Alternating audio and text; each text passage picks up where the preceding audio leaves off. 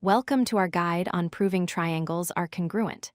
In this video, we will explore the key strategies for choosing the correct postulate or theorem to prove that two triangles are identical.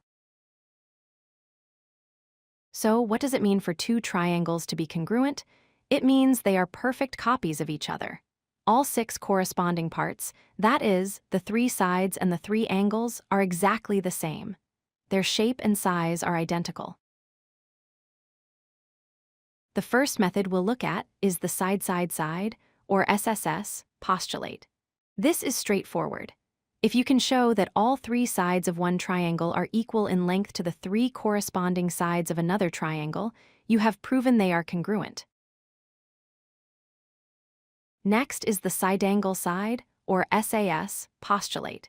Here, you need to show that two sides and the angle that is asterisk between them are congruent to the corresponding parts of another triangle. The position of the angle is very important. It must be the included angle.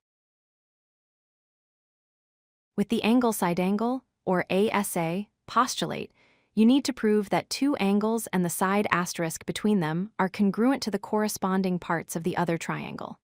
Just like with SAS, the position of the side matters a great deal. The angle-angle side, or AAS, theorem is similar, but with a key difference. Here, you can prove congruence if you know two angles and a side that is not between them are congruent. The side can be adjacent to either angle, as long as it corresponds. For right triangles, we have a special shortcut, the Hypotenuse-Leg, or HL, theorem. If you can show that the hypotenuse and one leg of a right triangle are congruent to the hypotenuse and corresponding leg of another right triangle, they are congruent. Remember, this only works for right triangles. Be careful to avoid two common traps. Angle-angle-angle, or AAA, only tells you that the triangles have the same shape, making them similar, but not necessarily the same size.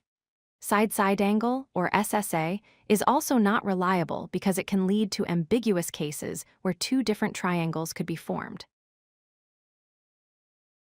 So, how do you decide which one to use? First, look at what information is given to you. Mark all the congruent sides and angles. Then, look for other clues like shared sides or vertical angles.